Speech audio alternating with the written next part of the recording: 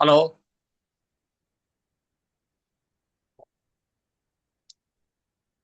দর্শকবৃন্দ দর্শকবৃন্দ দর্শকবৃন্দ, আপনারা এই মুহূর্তে দেশে এবং দেশের বাইরে যে যেখানে আছেন সকলকে 24 ডিজিটাল নিউজের পক্ষ থেকে সাম্প্রতিক ভাবনা প্রোগ্রামে শুভেচ্ছা জানাচ্ছি। আমি নজরুল হাকিম। আহ, কবির একটা পংক্তি দিয়ে আমি শুরু করব।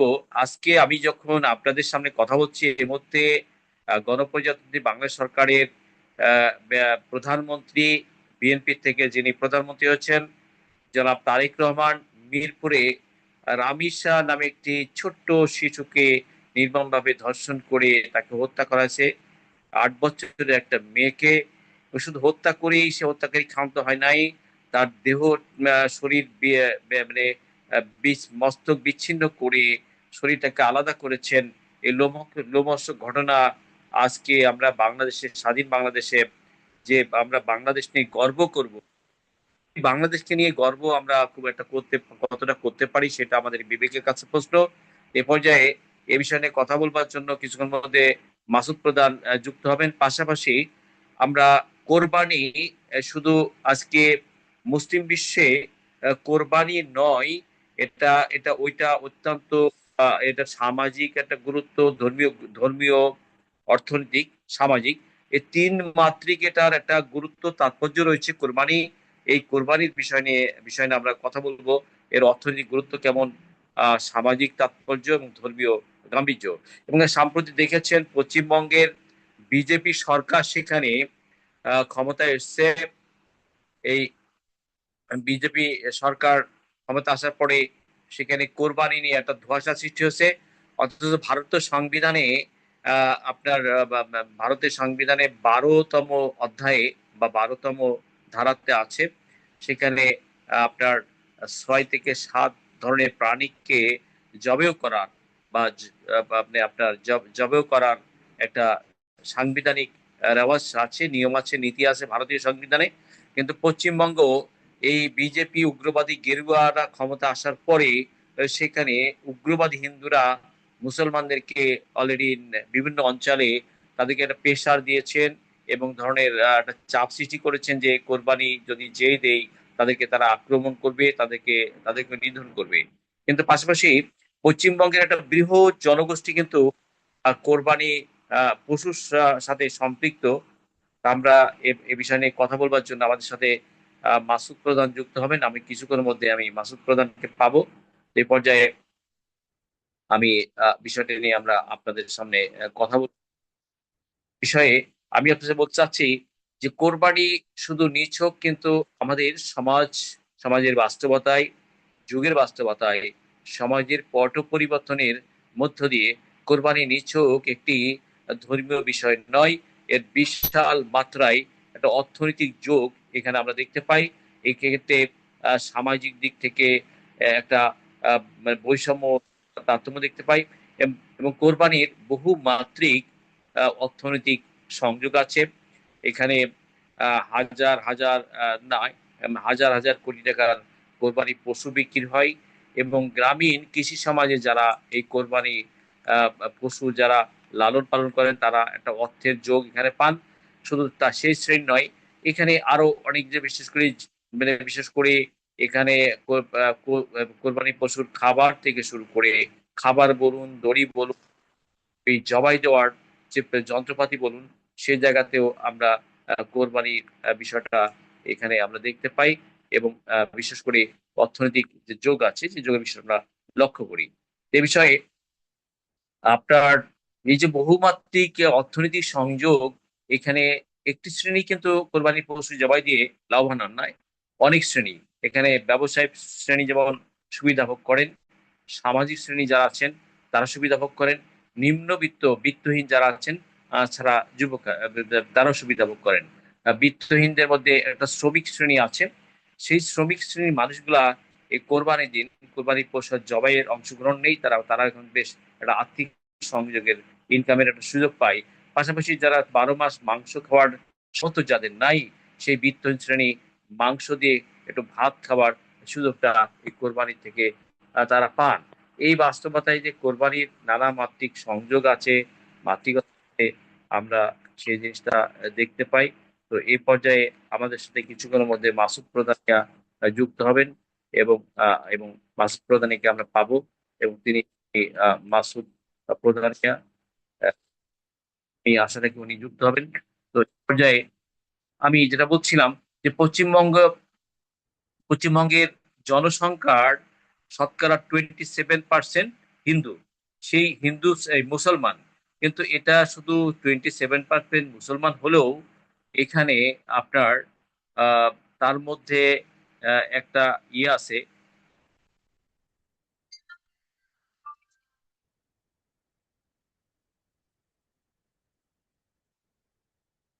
তার মধ্যে একটা শ্রেণী আছে, সেই শ্রেণীর মানুষেরা এই কর্মকাণ্ডের সাথে ইনভলভ আছেন।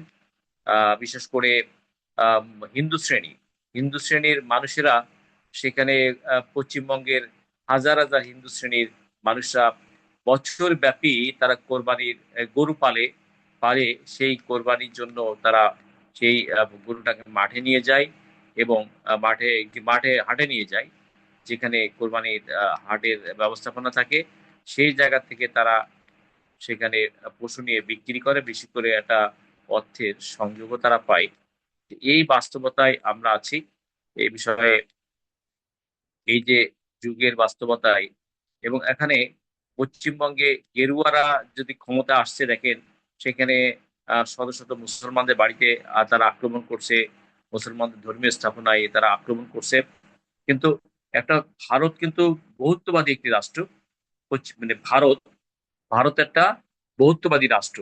এই বহুত্ববাদী রাষ্ট্রের বৈশিষ্ট্য হলো এখানে নানান গোত্র, নানান মানুষ এখানে বসবাস করবে।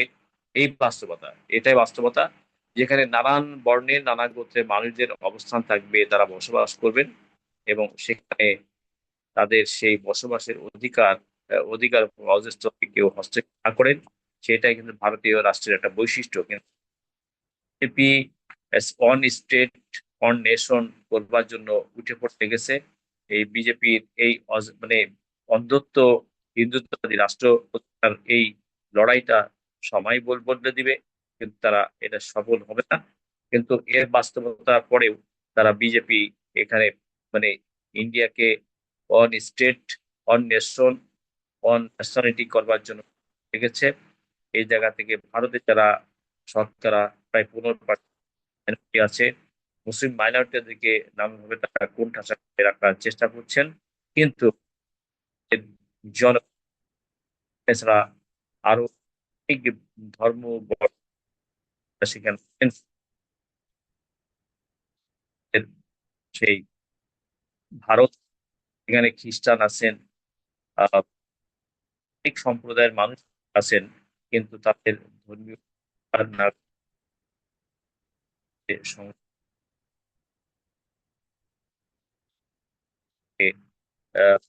এখানে অধিকার পদে পদে ভুল হচ্ছে, নাগরিক অধিকার। এবং সাম্প্রতিক ভারত দেখেছি পশ্চিমবঙ্গে বিজেপি একটা একটা খুব বাজে একটা পলিটিক্স সেখানে করছে। সেখানে বিভাজন সৃষ্টি করেছে মুসলিম দের মধ্যে, এবং সেই বিভাজন সৃষ্টি করে সেখানে মুসলিম ভোটের ভাঙন ধরিয়েছে বিজেপি। তো তৃণমূলকে তারা যেভাবে ইলেকশন ইঞ্জিনিয়ারিং বলুন, এর মধ্যে, সেখানে তাদেরকে ক্ষমতা আছেন, তারা এখন একটা কোণঠাসা অবস্থার মধ্যে পড়ে গেছেন।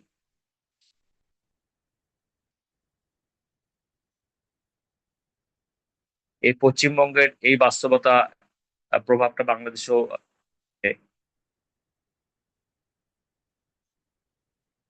ভাই ওই কি বল,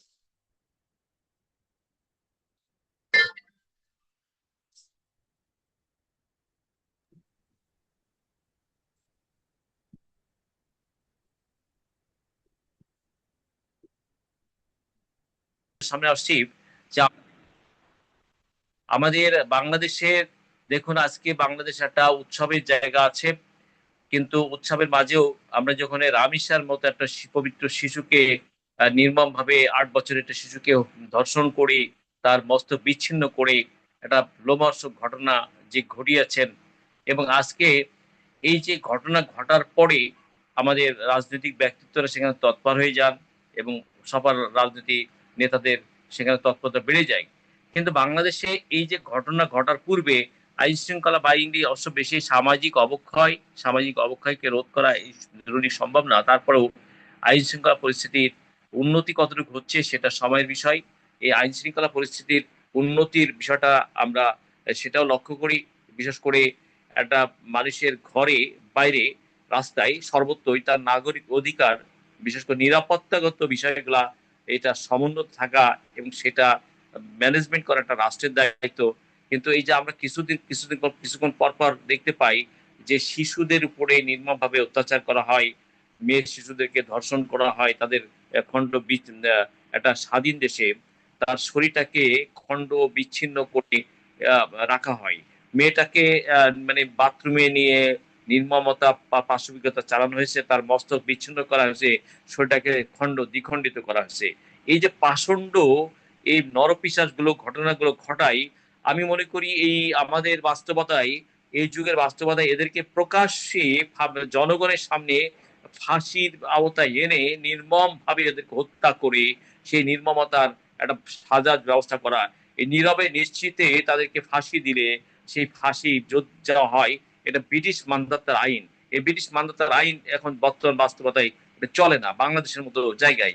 আজকে রামিসার মতো একটা পবিত্র শিশু, 8 বছরের শিশু, যে তার স্বপ্ন, দু চোখে স্বপ্ন ভরা স্বপ্ন ছিল, বাবার সে অদম্য লালিত সন্তান, সেই সন্তান যখন এই স্বাধীন বাংলাদেশে নির্মমতার শিকার হয়, এই পরিস্থিতিকে আমরা বিবেকের জায়গা থেকে মানতে পারি না, মানা সম্ভব নয়।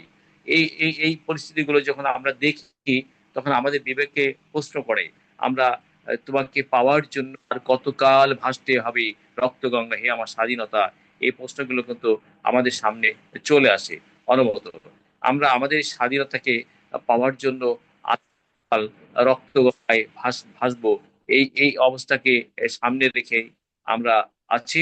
পাশাপাশি আমি যেটা বলছিলাম যে দেখুন, এই পশ্চিমবঙ্গ আর বাংলাদেশের দুই দেশের সংস্কৃতিগত বিষয়, সংস্কৃতিগত যে মিল ঐক্য, এখানে ভাষাগত বিষয় বলেন, ধর্মীয় বিষয় বলুন, পশ্চিমবঙ্গে সেখানে হিন্দুর পাশাপাশি মুসলমানরা কিন্তু 27% আছে। আজকে মুসলমানরা দীর্ঘদিন ধরে অধিকার যতটুকু পান না কেন, সামাজিক একটা নিরাপত্তার মধ্যে ছিল, তৃণমূল তাদেরকে একটা সামাজিক নিরাপত্তা কম দিয়েছিল।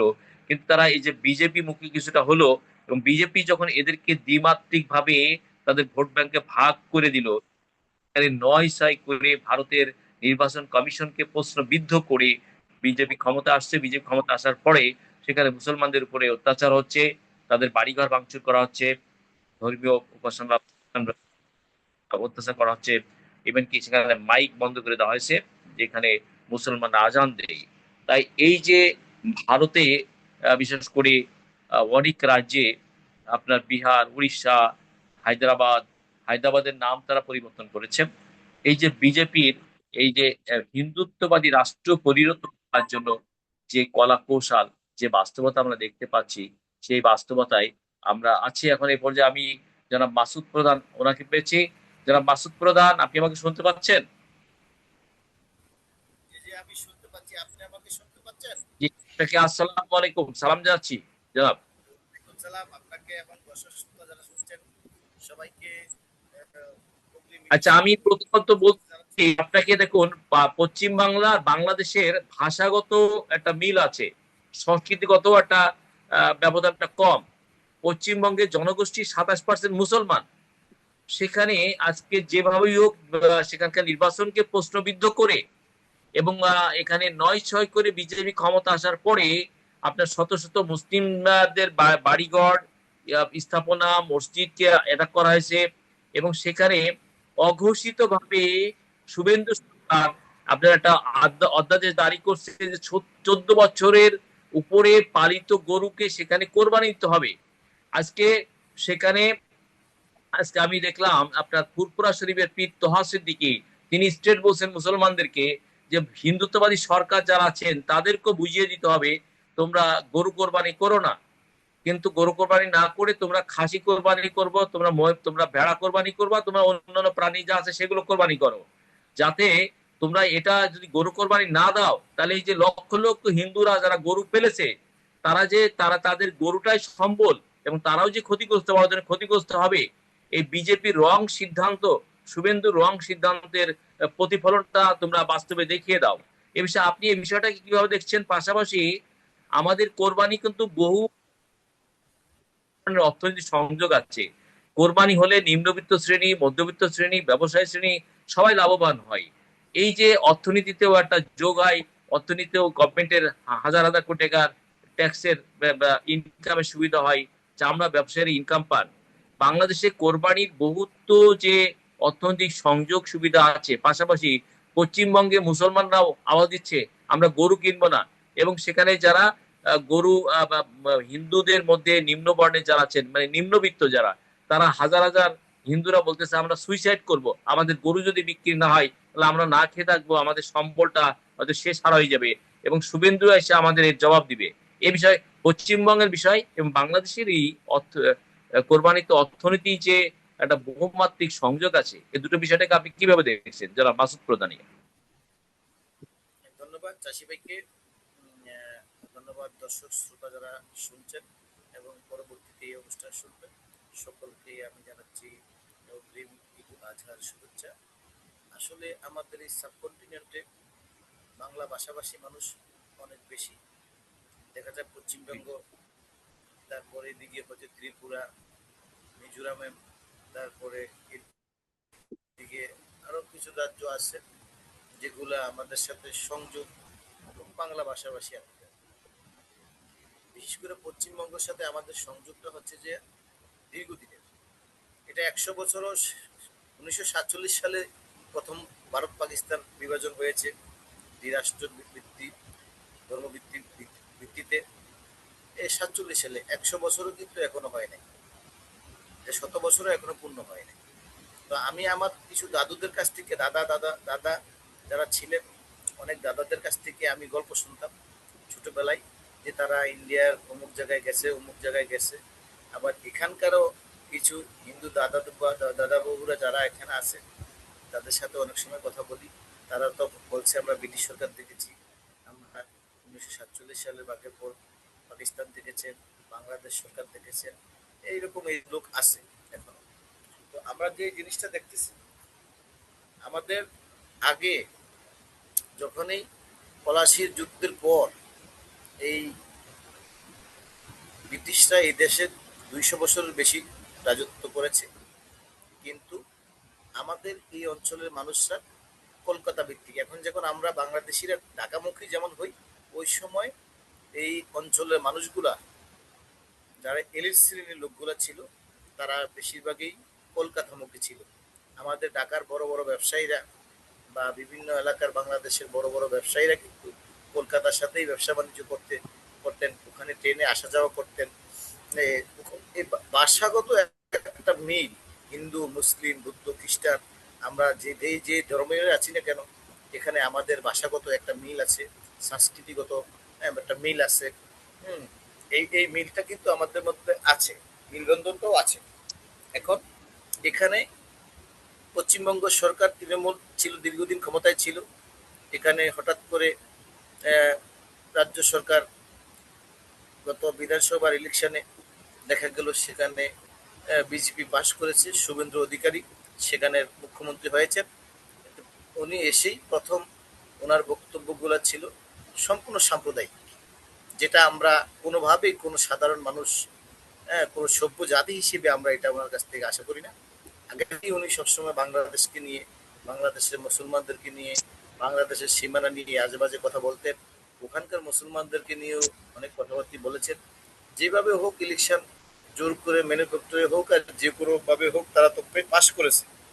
কিন্তু বিজয়ী আমাদের প্রধানমন্ত্রী তারেক রহমান যখনই 5ই আগস্ট হলো, উনি আমাদেরকে প্রথম মেসেজ দিলেন কি, যে বিজয়ীদের সাথে পরাজিতরা যদি নিরাপদ থাকে, তাহলেই বিজয়ের স্বাদ মহিমান্বিত হয়। কত সুন্দর কথা বলেছেন আমাদের প্রধানমন্ত্রী তারেক রহমান। দেখেন, বাংলাদেশে প্রধানমন্ত্রী তারেক রহমানের কারণে কোনো ধরনের আমাদের নেতাকর্মীরা, বিএনপির কোনো নেতাকর্মীরা কোথায় বড় ধরনের অপ্রীতিকর ঘটনা ঘটাইতে পারে নাই, এবং প্রশাসনকেও উনি অত্যন্ত বেগবান রেখেছেন। অদ্যাবধি ইলেকশন হয়েছে, ইলেকশনের পরও উনি অত্যন্ত এই বিষয়গুলো খুবই কঠিনভাবে হস্তক্ষেপ করতেছে, যাতে কোনো রাজনৈতিক প্রতিহিংসা, সাম্প্রদায়িক প্রতিহিংসা না হয়। বাংলাদেশে আমরা যখন হিন্দু মুসলমান একসাথে বসবাস করতেছি, আমি আমার নির্বাচনী এলাকায় দেখছি অনেক সম্প্রীতি, যেটা কল্পনা করা যায় না। এখন শুভেন্দু অধিকারী হঠাৎ করে আসলে আইন করে দিলেন যে ওনাদের ধর্মে নাকি মা বলেছে, কিন্তু ওনাদের ধর্মে আবার এটাও বলেছে, আমি ওনাদের ধর্মীয় গুরুদের কাছ থেকে শুনেছি যে একটা সভায় ওনাদের 1 লক্ষ গরু জবাই করা হয়েছে। এটা কিন্তু ওনাদের ধর্মে গ্রন্থ আছে যে গরু জবাই করার কথাও আছে। যাই হোক, সেটা এখনকার তাদের ধর্মটা তো পরিবর্তন হইতে হইতে বিভিন্নভাবে বিভাজিত হয়েছে। এখনকার যারা আছেন, শুভেন্দু অধিকারী হঠাৎ করে এসে উনি বলেছেন যে এখন ডিএনএ টেস্ট করবো। এই যে একটা গরু, সে জন্মগ্রহণ করছে কয় তারিখে, সে বেড়ে উঠেছে কয় তারিখে, সে কখন বাচ্চা প্রসব করবে, সে তার বয়স কত 14 বছর হইল, এটার এখন মেজারমেন্টটা কে করবে, কোন পশু ডাক্তার করবে, কার থেকে এটা ডাক্তার সার্টিফিকেট দিবে, কারা দিবে। এখন হঠাৎ করে একটা আইন করলে তো হবে না। এই আইনটা অ্যাপ্লিকেশন করতে হলো, আপনি দেখেন ব্রিটিশরা আইন করেছে, পরবর্তীতে পাকিস্তানও আইন করেছে। আইনটাকে অ্যাপ্লিকেশন করার জন্য একটা সময় লাগে, কম করে হলেও 1 বছর একটা সময় লাগে। আমাদের 1961 সালে একটা আইন হয়েছে, রাষ্ট্রীয় প্রজাস্বত্ব আইন। হ্যাঁ, এটাও 1 বছর পর থেকে কার্যকর শুরু হয়েছে। যাই হোক, আসলেন ক্ষমতার আসার সাথে সাথেই উনি হইল যে এটা ধর্মীয় উস্কানি, আমি বলবো এটাকে, ওনার রাজনীতিক যেই ম্যানিফেস্টোরে এগুলা তো তার ছিল না। এখন উনি একটা ধর্মীয় হিন্দুদের মন জয় করার চেষ্টা করতে গিয়েছিলেন, কিন্তু আসলে এটা হিতে বিপরীত হয়েছে। এখন দেখলাম যে ভারতের বড় 2টা কোম্পানি, যে 2টা কোম্পানির নামটা আমার এই মুহূর্তে মনে পড়তেছে না, এই কোম্পানিগুলা ইউরোপ, আমেরিকা নয়, শুধু আমাদের সৌদি আরব বা মুসলিম কান্ট্রিতে তারা গরুর মাংস সরবরাহ করে। এবং সেখানে মনে করেন যে যে তাদের যে কোম্পানির নামগুলো দিয়েছে ইসলামিক নাম দিয়েছে, কিন্তু তার এবং 5জন বড় ব্যবসায়ী, ভারতের বড় 5জন ব্যবসায়ী, গরু ব্যবসায়ী, তারাও হিন্দু। এখন তাদের এর আগে সরকার যখন ছিল গত 17 বছর, তারা আপনার দুবাইতে, সেখানে স্বর্ণের মাধ্যমে, ডলারের মাধ্যমে ওখানে 2,000 5,000 গরু, এটা আমরা শুনতাম, চোরাই চালানের মাধ্যমে ওখান থেকে চুক্তি হইতো, রাতের আধারে বিজিবি এবং বিএসএফ এর মাধ্যমে 2 দিন 3 দিনের মাধ্যমে গরু বাংলাদেশে নিয়ে আসতো, এখানে ব্যবসা করতো, ব্যবসা কালোবাজারিরা ছিল। তো যাই হোক, উনি এখন যে সিদ্ধান্ত নিয়েছেন, এখন হিন্দুরা বাজারে যাচ্ছে, তো মুসলিমরা এখন গরু কিনতে চাচ্ছে না। এখন হিন্দুরা কি করবে? কিছু কিছু হিন্দুরা আছে গ্রামীণ পরিবেশে, তাদের আয়ের উৎসই হচ্ছে যে গরু পালন করা, গাভী পালন করা, ষাঁড় পালন করা, এবং বছর শেষে দেখা যায় 2-1টা গরু বিক্রি করে, বা 2-4-5টা গরু বিক্রি করে, 10টা বিক্রি করে। তারা গরু কিন্তু পালতে হইলে অনেক ধরনের খরচ আছে, খৈল খাওয়াইতে হয়, ভুসি খাওয়াইতে হয়, তাদেরকে ঘাস খাওয়াইতে হয়, সাইলেজ খাওয়াইতে হয়, তাদেরকে বিভিন্ন ধরনের ওষুধ খাওয়াইতে হয়, ইঞ্জেকশন দিতে হয়, তাদের খরচ আছে। তাহলে যদি একটা গরু ফার্মও যদি করে, সেখানে যদি কিছু বছরের শেষে বা 2-3 মাস পর পর, কিংবা 6 মাস পরে, 1 বছর পর পরও যদি কিছু গরু বিক্রি না করে, তাহলে কিন্তু ওই সে ফার্মটা কিন্তু টিকে থাকবে না, এটা ধ্বংস হয়ে যাবে। শুভেন্দু অধিকারী হঠাৎ করে যখন, আমি শেষ করতেছি, আমি আপনাকে শুনছি না, প্লিজ। ভারতীয় সংবিধানে 12 নম্বর সংবিধানে 12 নম্বরে আছে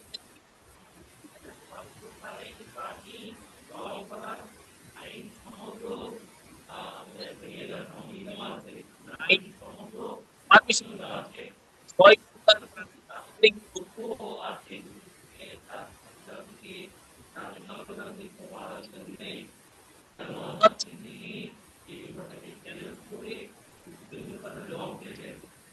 আমাদের সংবিধানে যদি এটা নিষিদ্ধ না থাকে, সাংবিধানিক ভাবে সংবিধান থাকে, বা এটা সংবিধান আপিল করে, তারা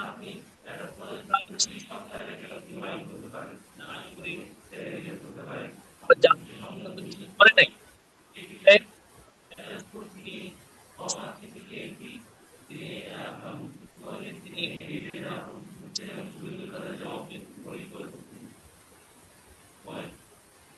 শুনুন, এখন হচ্ছে আমি আমি যদিও আপনার কথা সুনির্দিষ্টভাবে শুনতে পাচ্ছিলাম না, তারপর আমি বুঝতে পেরেছি এখন যারা ব্যবসায়ী আছে, ম্যাক্সিমাম ব্যবসায়ী হিন্দু, তারা এখন গরু নিয়ে বিপাকে পড়েছে, বাজারে নিয়ে গরু বিক্রি করতে পারছে না। মুসলমানরা আইন কানুনের ভয়ে এবং গ্রেপ্তার এড়ানোর ভয়ে বিভিন্ন কারণে হয়তোবা প্রকাশ্যে গরু কিনতেছে না। এখন গরু যে কিনতেছে না, যারা গরুগুলা লালন পালন করলেন, তাদের তো এখন খৈল ভুসি বিভিন্ন দাম দিতে হয়, এই ঈদের সময় বিক্রি করেই তারা কিন্তু দাম দেয়, তাদের ঋণ পরিশোধ করে এবং ব্যাংক থেকে তারা লোন নেয়। এই ব্যাংকের লোনগুলো তারা পরিশোধ করতে পারছে না, এজন্যই তারা কিন্তু এখন গলায় ফাঁস দেওয়ার জন্য তারা বলতেছে যে গলায় ফাঁস দিবে, গরু ছেড়ে ছেড়ে দেবে। কিছু কিছু ব্যবসায়ীরা অবৈধ পথে বাংলাদেশের ভিতরে গরু প্রবেশ করানোর চেষ্টা করছে এবং আমাদের সরকারও কিন্তু গরু যাতে না আসে সেই ধরনের এক ধরনের চাপ সৃষ্টি করতেছে আমাদের বর্ডার গার্ডকে, বিজিবিকে। এখন তারা বিপাকে আছে। এখন সরকার কোথায় যাবে? সরকারের এই ধূম্রজাল সিদ্ধান্তকে, তাদের এই উস্কানিমূলক সিদ্ধান্তকে তাদের দেশের হিন্দু সমাজ এবং মুসলিম সমাজ এবং সাধারণ নাগরিকেরই ক্ষমতা হচ্ছে, কষ্ট হচ্ছে। এবং দেখেন এই গরুগুলা কি করবে এখন তারা? না গরুগুলো না বিক্রি করতে পারতেছে, না গরুগুলো লালন পালন করতেছে। এখন লালন পালন করতে গেলে অনেক, এখন এই খরচটাকে সরকার কিভাবে ব্যয় করবে? এবং তাদের কাছ থেকে যে এই যে ঋণ করে ব্যাংকের থেকে ঋণ নিয়েছে তারা, যারা বিভিন্ন জায়গা থেকে খাবার টাবার এনেছে, খৈল এনেছে, ভুসি এনেছে, রাব এনেছে, বিভিন্ন রকমের জিনিস এনেছে, এখন তো তারা এখন এই এই মুহূর্তে গরু বিক্রি করার সময় কিন্তু এখন ঈদে, কোরবানি ঈদ, এই ঈদে যদি তারা বিক্রি করতে না পারে তাহলে তারা নিঃস্ব হয়ে যাবে। এই জন্য তো তারা হুমকি দিচ্ছে যে যে আমরা আত্মহত্যা করবো, আত্মহত্যার মতো পথ নিবে এবং তারা গরু টরু ছেড়ে দিবে। এখন এমন একটা অবস্থা হবে যে গরুগুলা যখন দেখবে যে তারা আর সামর্থ্যে কুলাইতেছে না গরুগুলা লালন পালন করার জন্য, তখন কিন্তু এমনিতেই গরু ছেড়ে দিবে। গরু ছেড়ে দিলে কি হবে? সেখানে মানুষের ফসল নষ্ট করবে, রাস্তাঘাটের পরিবেশ নষ্ট করবে এবং যাতায়াতের সমস্যার সৃষ্টি হবে। এটা একটা বিশৃঙ্খলার দিকে নিয়ে গেছে। এখন আপাতত আমাদের চোখে যেটা দেখছি, সরকারের এই বিষয়ে, আহ, পশ্চিমবঙ্গ সরকারের এই বিষয়ে সুনির্দিষ্ট কোনো নীতিমালা নাই। শুধুমাত্র একটা কথাই বলে দিছি, 14 বছরের গরুর বয়স লাগবে। এটা কিভাবে হবে, কি হবে, এ আইন কি, কানুন কি, এবং যারা ক্ষতিগ্রস্ত বা যারা এতদিন গরুগুলো পালছে তাদের ব্যাপারে কি সিদ্ধান্ত ছিল, এই ধরনের কোনো ধরনের ভারত সরকার থেকে, কেন্দ্রীয় সরকার থেকে কিংবা তাদের এই বিধানসভা থেকে, রাজ্য সরকার থেকে, পশ্চিমবঙ্গ সরকার থেকে কোনো ধরনের বিবৃতি আমরা পাচ্ছি না। ইতিপূর্বে শুধু দেখতেছি যে সে সাধারণ মানুষের কান্না এবং সাধারণ হিন্দু মুসলিম সবারই কান্না। বিশেষ করে হিন্দু বাইরেই তো বেশি বেশি বড় ব্যবসায়ী ওখানকার, ছোট ব্যবসায়ী, ক্ষুদ্র ব্যবসায়ী, প্রত্যেকটা বাড়িতে আমি দেখছি যে, আমি তো একবার গিয়েছিলাম ইন্ডিয়াতে, বিভিন্ন কারণে দেখেছি তারা ট্রেনে চলে বেশি, তারা ওই যে ট্রেনের পাশে বিভিন্ন জায়গায় চুপড়ি চাপড়িতে ছোট ছোট ঘরেতে বাড়িতে তারা গরু পালন করে বেশি। এখন তাদের ঘাস ঘাস বেশি, তাদের জায়গা চারণ ভূমি বেশি, এই জন্য গরু ছাগল মহিষ ভেড়া এগুলো তারা পালন করে বেশি এবং এগুলো নিয়েই তারা জীবিকা নির্বাহ করে তাদের, মূলত পশ্চিমবঙ্গের এলাকার লোকগুলা। তো এখন এই অবস্থায় সরকার যে সিদ্ধান্ত নিয়েছে, এটা একটা আত্মঘাতী সিদ্ধান্ত নিয়েছে বলে আমি মনে করি। এই সিদ্ধান্ত থেকে সরে আসতে হবে ভারত সরকারের, পশ্চিমবঙ্গ সরকারকে। না হলে এর এর কিন্তু আবার দেখেন, এখানে কোনো কারণে যদি মনে করেন দু একটা মুসলমান ইমানি জজবা নিয়ে তো কোরবানি দেয়, আর হিন্দু কিছু লাল বা লাড্ডু বাহিনী যদি এসে বাধা সৃষ্টি করে, তখন কিন্তু হিন্দু মুসলিম রায়ট হয়ে যাবে, সেখানে রায়ট হওয়ার সম্ভাবনা আছে। আপনি দেখেন এখানে কিন্তু শুভেন্দু অধিকারী কৌশলে চাচ্ছে যে একটা রায়ট হোক, এটা তার একটা ইচ্ছা, এটা কিন্তু তার সরকারের ইচ্ছা। অর্থাৎ যে সরকারটা আছে ভারতের, সেটা তো একটা হলো যে একটা জঙ্গিবাদী সরকার, ভারতের একটা উগ্রবাদী জঙ্গিবাদী তারা সরকার একটা ক্ষমতায় আছে, বিজেপির সরকার। সেখানে তাদের লালদু বা লাড্ডু বাহিনী, তাদের গেরু গেরু বাহিনী এই ধরনের ভাবে তারা হিংসাত্মক কাজ করতেছে। রাস্তাঘাটের ভিতরে তারা মুসলমানদেরকে এমনি জয় শ্রীরাম বলাচ্ছে, তারা অনেক ধরনের কাজগুলো করছে যেগুলো প্রকাশ্যে এবং মিডিয়াতে আসছে। কাজেই এখন আমরা যেটা দেখছি যে তার বিপরীতে তারা হিংসাত্মক কর্মকাণ্ডই দেখা যাচ্ছে তাদের সরকারের কাছ থেকে। পশ্চিমবঙ্গ সরকার, শুভেন্দু অধিকারীর সরকার এখনো পর্যন্ত তাদের যেই কর্মকাণ্ড করছে, এর মাধ্যমে তারা কিন্তু পশ্চিমবঙ্গের কোনো শান্তি বা শান্তি বজায় রাখার কোনো পরিবেশ তারা আদৌ তৈরি করতে পারছে না বলে আমি মনে করি। এর পাশাপাশি আমাদের বাংলাদেশের এই যে আপনার গরু রপ্তানি, কোরবানির অর্থনৈতিক সংযোগ যেটা মধ্যবিত্ত শ্রেণী, ব্যবসায়ী শ্রেণী, মধ্যবিত্ত শ্রেণী, রাষ্ট্রীয় চতুর্মাত্রিক অর্থনীতিতে নতুন নতুন সংযোগ দেখা দেয়। সেক্ষেত্রে আপনি গ্রামীণ পর্যায়ে সরকারকে আরো নতুন করে খামারি চিন্তা বেশি বেশি করে উৎপাদন করা, যাতে আমাদের দেশের প্রতি বাংলাদেশের কোম্পানি চাহিদা যেটা সেটা সরকারকে, সরকারের অবস্থান থেকে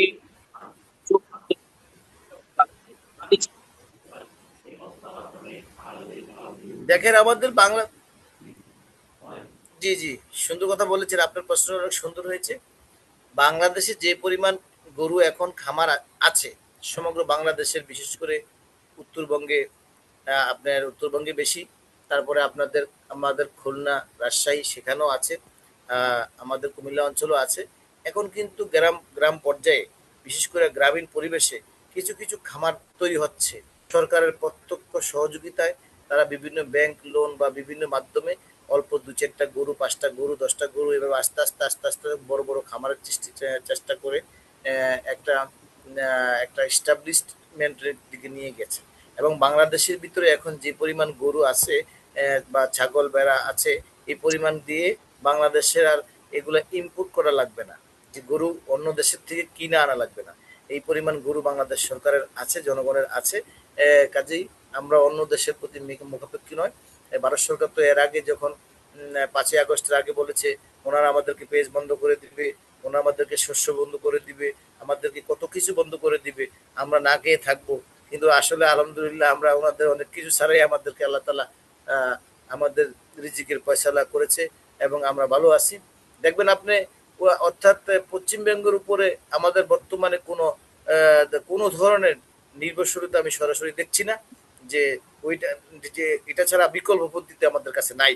বরঞ্চ এদের এদের সবকিছুতে আমাদের কাছ থেকে, আমাদের ক্রাইসিস মুভমেন্টে এরা সব সময় তাদের নীতিটাই ফলো করছে এবং বাংলাদেশকে ওই যে ডমিনেট করে রাখার তাদের সিদ্ধান্ত, ওই ভ্রাম্যমান নীতি, যে নীতির মাধ্যমে তারা হিন্দু, যারা নমশূদ্র আছে, নিম্নজাত বলে তারা যে গালি দেয় বা যে ইয়ে আছে, তাদের কংগ্রেস এবং বিজেপিতে দুটো গ্রুপের ভিতরে 60% সদস্যই হচ্ছে যে ব্রাহ্মণ, এবং ব্রাহ্মবাদ নীতিটাই তারা অ্যাপ্লাই করছে। এবং সেই অ্যাপ্লাইয়ের কারণেই কিন্তু আজকে এই এই সমস্যাগুলো সৃষ্টি হচ্ছে। আপনি দেখেন, আপনি কলকাতা তো দূরের কথা, আপনি দিল্লি এই কলকাতাকে, কলকাতার মানুষদেরকে কিছুই মনে করছে না। আর তাদের 28টা রাজ্যে তো এখনো কোরবানি হচ্ছে। শুধুমাত্র এখন এই পশ্চিমবঙ্গে এই সমস্যাটা কেন? আরো 28টা রাজ্য তো এখন কোরবানি হচ্ছে, সেখানে কোরবানি দিচ্ছে না? দিচ্ছে। এখন এই শুভেন্দু অধিকারী রাজনৈতিক ফায়দা নেওয়ার জন্য, হিন্দুদের ভোট ব্যাংকগুলোকে তার ইস্টাবলিশ করার জন্য, মমতাকে ভবিষ্যতের দিকে যাতে মমতা আগাইতে না পারে, এই বিভিন্ন কূটকৌশল করা, এইগুলো ছাড়া আমি আর অন্য কিছু তাদের, আমি মনে করি না যে তাদের কোনো এই কোরবানি বন্ধ করে, গরু বা বিক্রি করা বন্ধ করে কোনো ধরনের তারা সফলতা পাবে বলে আমি মনে করি না। এটা একটা হটকারী সিদ্ধান্ত হয়েছে, এটা জনগণের বিরুদ্ধে গিয়েছে। এবং দেখবেন প্রতিবাদের সুরটা একটু ভিন্ন হতে পারে, দেখবেন হিন্দু মুসলিম একত্রিত হয়েই সেখানে একটা আন্দোলন হবে। সে আন্দোলনের মাধ্যমে দেখবেন যে একটা একটা পট পরিবর্তন হয়ে যাওয়ার সম্ভাবনা থাকতে পারে আমি বলে মনে করি।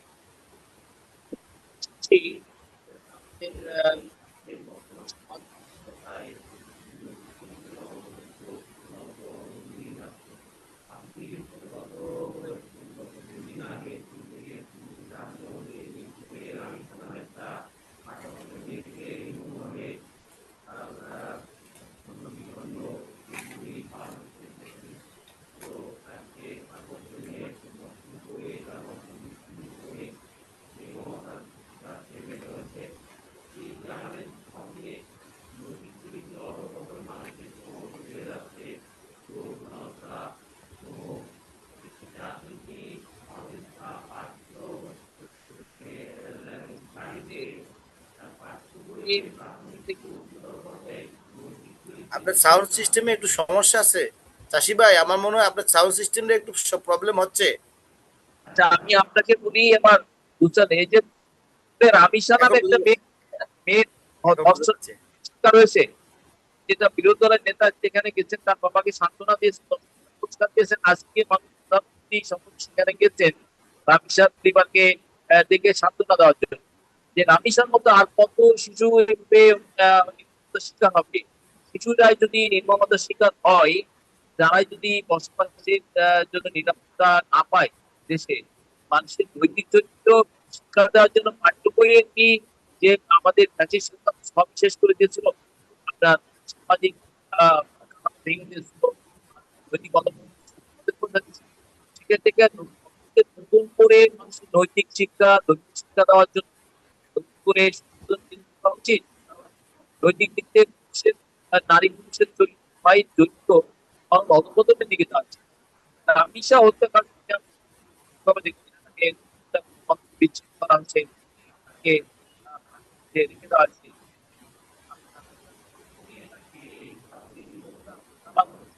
এই ক্ষেত্রে আইনেরও তো ভাগ রয়েছে। সেখানে রামিসার বাবা বলছেন যে শফিকুর রহমান সাহেবকে জড়িয়ে আদালতের কাছে বলছেন যে আমার মেয়ের বিচার কি হবে। এর কিন্তু আমরা দেখেছি বিচারের প্রশ্ন পাই,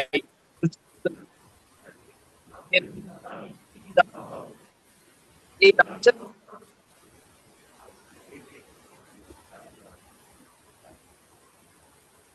যে সুন্দর কথা বলেছেন আপনি। প্রধানমন্ত্রী ঘটনা শুনেছেন এবং উনি সশরীরে ওনার মন্ত্রী পরিষদের লোক নিয়ে, উনি প্রশাসনের লোক নিয়ে সরাসরি ভিকটিমের বাড়িতে গিয়েছেন।